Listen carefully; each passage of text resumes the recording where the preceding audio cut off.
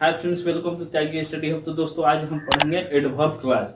Adverb class उसी तरह है कि वाक्य का एक भाग होता है और वो एडवर्ब की तरफ कार्य करे, उसे हम क्या कहते हैं? Adverb class. एडवर्ब क्लास में बहुत सारे प्रकार होते हैं जो हमने सिंपल एडवर्ब में बता दिया है कि एडवर्ब 7 प्रकार के होते हैं। ठीक है, तो एक एक करके उसमें एडवर्बियल वर्ड भी होते हैं और कंडीशनल कंजक्शन भी होते हैं, जिसको हम एक एक प्रयोग करके उसको समझेंगे। तो स्टार्ट करते हैं। ठीक है, एडवर्ब क्लास वह उपवाक्य जो एक वाक्य का एक भाग होता है और वह क्रिया विशेषण की तरह कार्य करे। ठीक है, जैसे ध्यान दीजिए, कंडीशनल सेंटेंस भी होंगे। ठीक है, जैसे इफ ही कम्स आई शैल गो, यदि वह आएगा तो मैं जाऊंगा, यानी कंडीशन हो रहा है कि वो आएगा तो फिर मैं जाऊंगा। तो इसमें क्या होगा? ये पीसी हो जाएगा। ठीक है, प्रिंसिपल क्लास, और ये एससी हो जाएगा क्योंकि ये कंजक्शन है, कंडीशनल कंजक्शन। ठीक है, तो ये क्या हो जाएगा? और ये एडवर्ब क्लास है। ऐसे पूछा जाएगा डीपली, तो नहीं तो सबऑर्डिनेट क्लास जिसको बोलेंगे।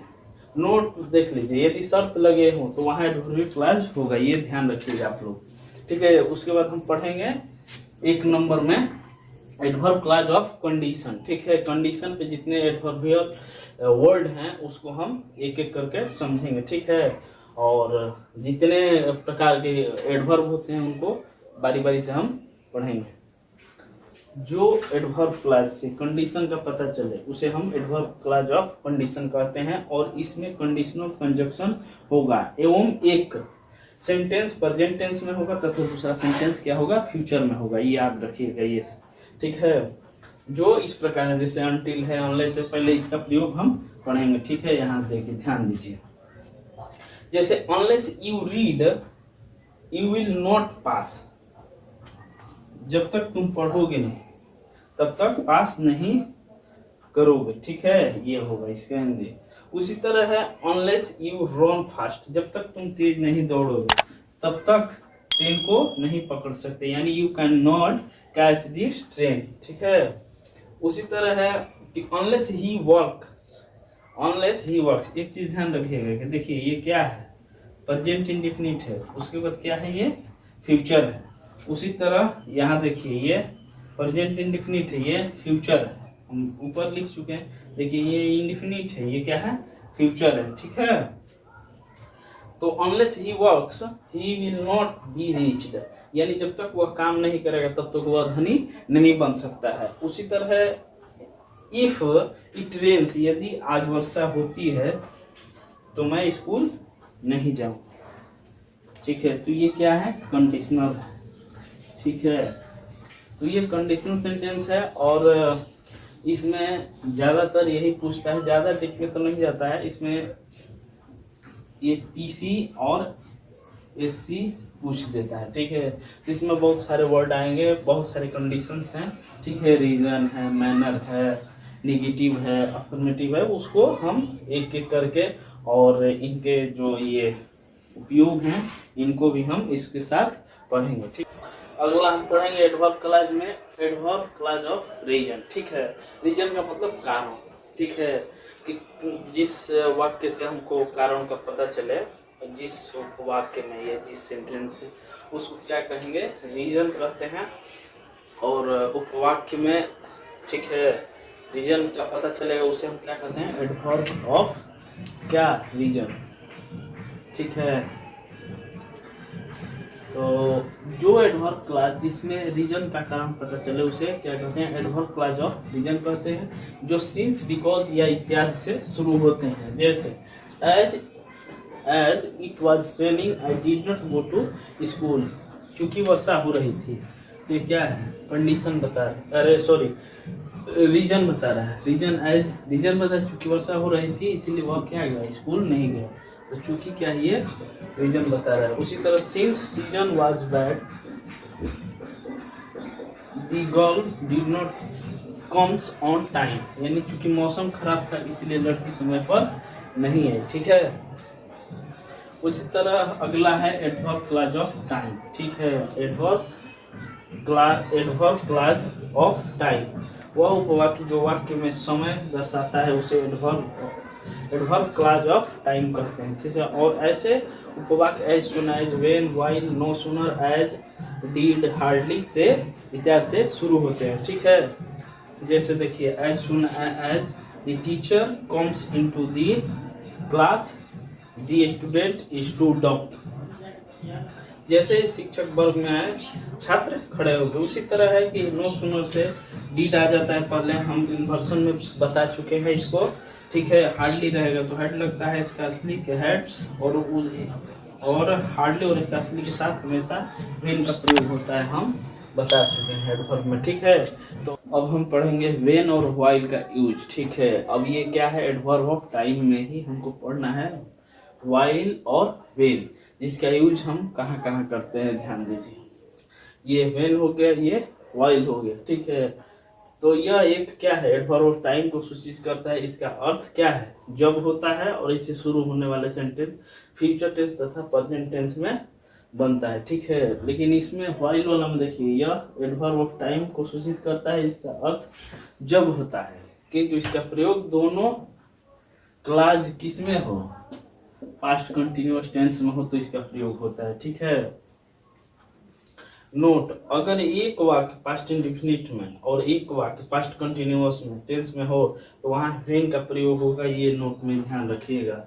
उसी तरह दूसरा कि व्हाइल का प्रयोग जब भी होता है, ठीक है, इसके बदले बट का भी प्रयोग होता है, जिसे ध्यान दीजिए। एग्जाम्पल में when I come he will go, ठीक है, ये ध्यान रखिएगा। जैसे well while I was reading, while है तो कंटिन्यूअस है, पास्ट कंटिन्यूअस, यहाँ भी past continuous, he was writing, ठीक है।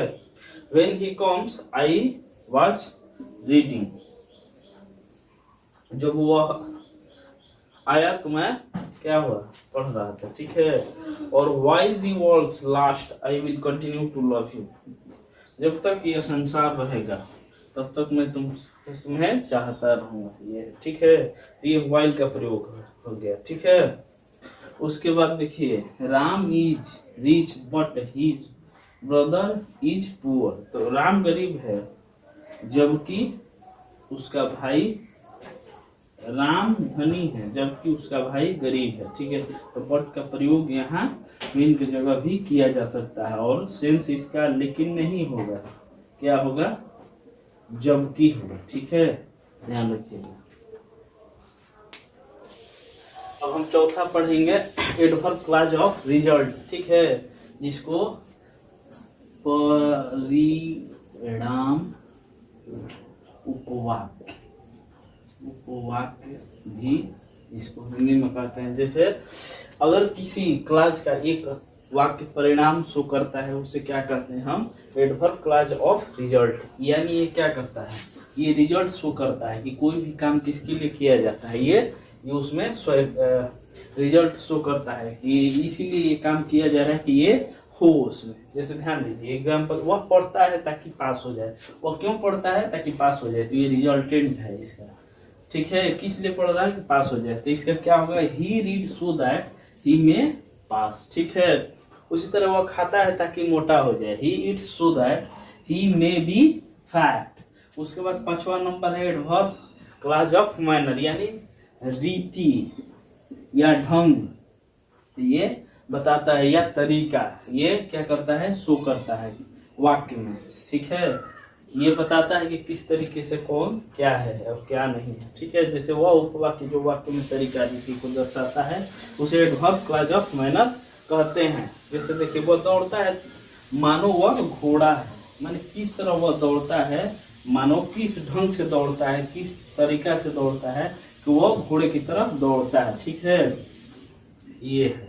तो he runs as if he were a horse, ठीक है। तो ये क्या है, रीति, तरीका, ढंग बता रहा है ना कि वह दौड़ता है ताकि मानो वह घोड़ा है, ठीक है। उसी तरह है, वह दिखती है मानो वह फूल है, ठीक है। तो she sees as if she were flower, ठीक है।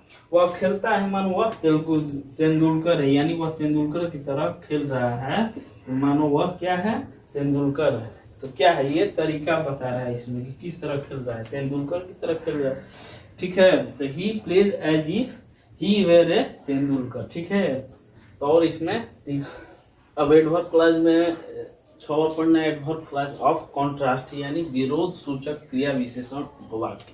वह उपवाक्य जो वाक्य का एक भाग होता है और क्या दिखाता है, विरोध, ठीक है, उसे क्या कहते हैं, एडवर्ब क्लॉज ऑफ कॉन्ट्रास्ट कहते हैं, ठीक है। जैसे सच इज, एक चीज और ध्यान रखिए, किससे स्टार्ट होता है, such is started, even if, however, through, बहुत सारे ऐसे हैं वर्ड, ठीक है।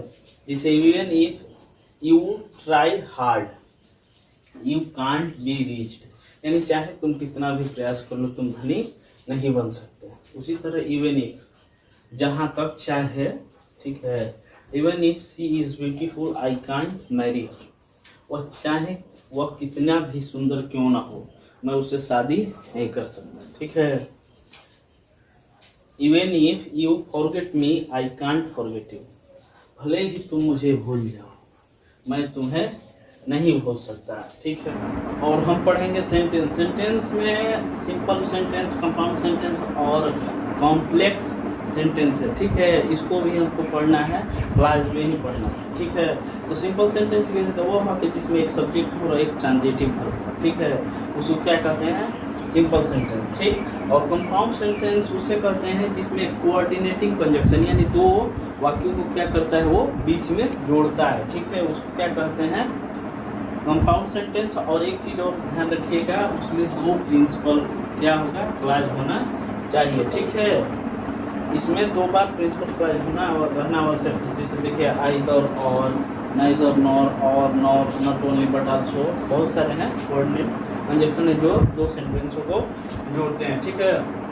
तीसरा है कॉम्प्लेक्स सेंटेंस, वो जिसमें एक पीसी हो और उसके अलावा एक से अधिक क्या हो, सबऑर्डिनेटिंग क्लॉज हो, ठीक है, तो उसे क्या कहते हैं, कॉम्प्लेक्स सेंटेंस। जैसे आई सा a girl who was playing and talking her friend, ठीक है, तो ये पीसी हो गया, ठीक, क्योंकि ये एक सब्जेक्ट है और एक क्या है, इसमें वर्ब है।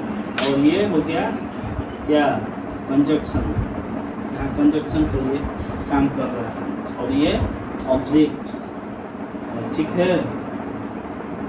और एंड क्या करता है, दो वाक्यों को जोड़ता है, ये ऑब्जेक्ट हो गया, क्या हो गया, सबऑर्डिनेट क्लॉज हो गया, ठीक है। और ये कंजक्शन से होगा, सबऑर्डिनेट, ठीक, ठीक है। तो ये खत्म हो गया, अगला चैप्टर हम अगले वीडियो में पढ़ेंगे। Thank you guys.